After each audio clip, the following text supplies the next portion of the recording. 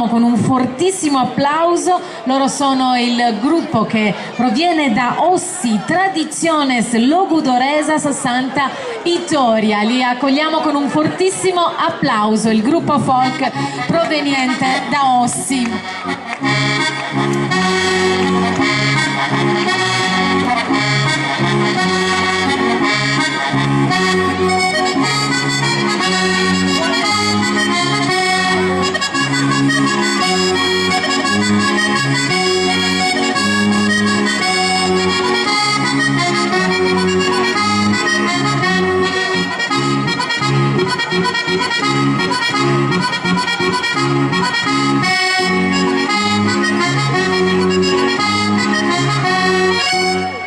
Eccoli qua, loro sono pronti. Io mi avvicino da Roberto Cano per sapere con quale danza, con quale ballo ci vogliono salutare questa sera. Non possiamo essere molto originali perché nella zona, diciamo, i balli sono simili. Anche noi useremo come ultimo ballo un ballo che veniva fatto fare ai ragazzini per fargli apprendere il ballo sardo. Questo ballo è Sudillo. Sudillo, benissimo. Accompagna all'organetto Michele Olmetto, signore e signori, il gruppo folk proveniente da Ossi.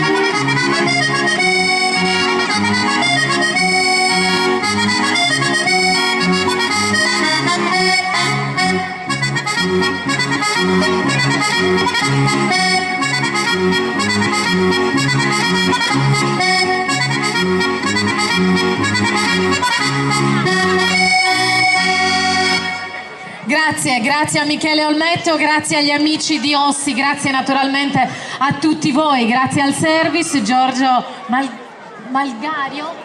Malgario, grazie al service che questa sera ci ha aiutato a gustare appieno questi gruppi folk. Naturalmente grazie a tutti voi per essere stati qui questa sera, grazie al comitato che si è adoperato per organizzare questi festeggiamenti. Non è facile, soprattutto dopo 2 anni di stop dovuti alla pandemia, ma ricominciare fa bene a tutti, quindi grazie davvero.